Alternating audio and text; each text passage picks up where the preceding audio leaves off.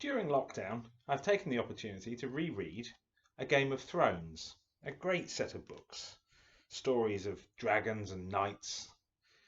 And when I saw that the theme for this week was courage, it reminded me of a quote from this book, where Brandon, a young lad, says to his father, "Can a man still be brave if he's afraid?"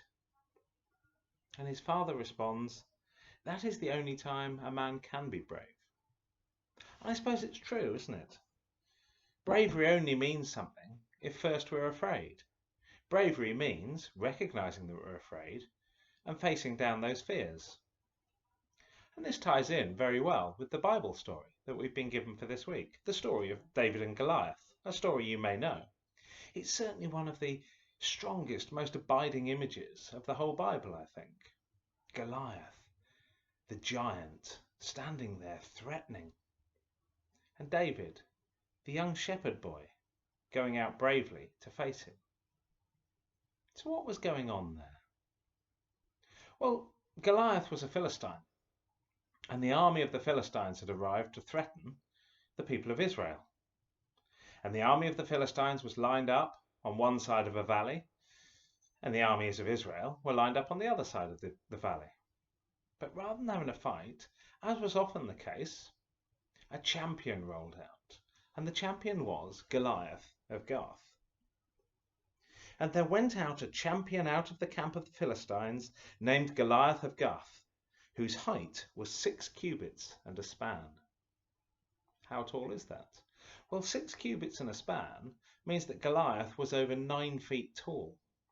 There's every chance that David, who's described as a youth, a young shepherd boy, was perhaps only about 5 feet tall. Goliath was nearly twice his height.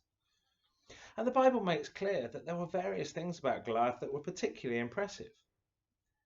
He was armed with a coat of mail, and the weight of the coat was 5,000 shekels of brass. Now, some people estimate that might be as much as 70 kilos. That's more than most of you weigh. The staff of his spear was like a weaver's beam. It must have been this thick, just the staff of his spear. And his spear's head weighed 600 shekels of iron. And again, estimates vary about how heavy that is, but it might be 20 kilos of iron on top of his spear.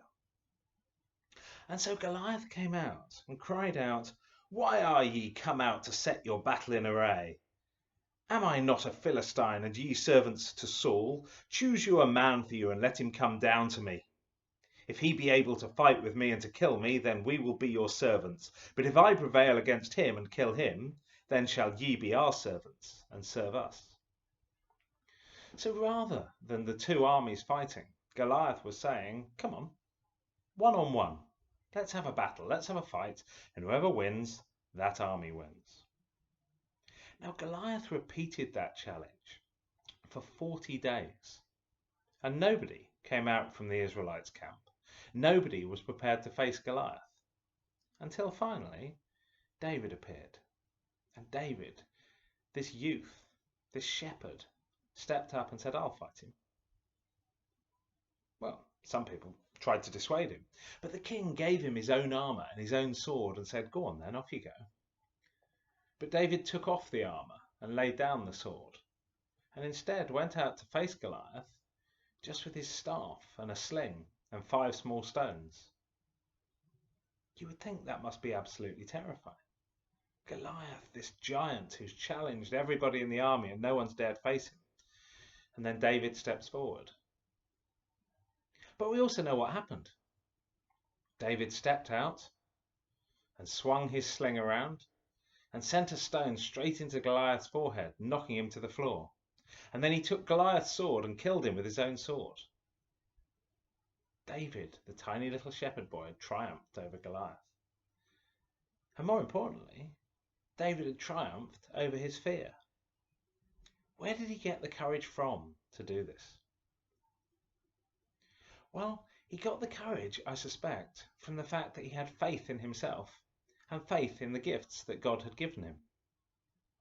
He knew that he was good with a slingshot. He'd practiced. He was a shepherd. He used the sling to drive off wolves or other animals that might attack his sheep. He also knew if he stepped out to face Goliath in that armour and with that sword, he probably would have lost. He'd have been chopped to pieces because Goliath was a mighty warrior. But instead, he fought Goliath according to his strengths and according to the gifts he'd been given. What relevance does that have for us then? Well, this is a tale of swords. A tale of swords, whether I'm reading the Game of Thrones or whether I'm reading the Bible. A tale of great battles. A tale of death and destruction. And one hopes that none of us at the moment are frightened of giants with swords. But undoubtedly we all have challenges in our life. Undoubtedly there are times that we feel anxious and afraid. How then should we show courage too? Well, perhaps we should show courage too by the same way that David did. By having faith in ourselves. By having faith in the gifts that God has given us. If together we recognise our strengths and together we work to overcome our fears, there's nothing that we can't achieve.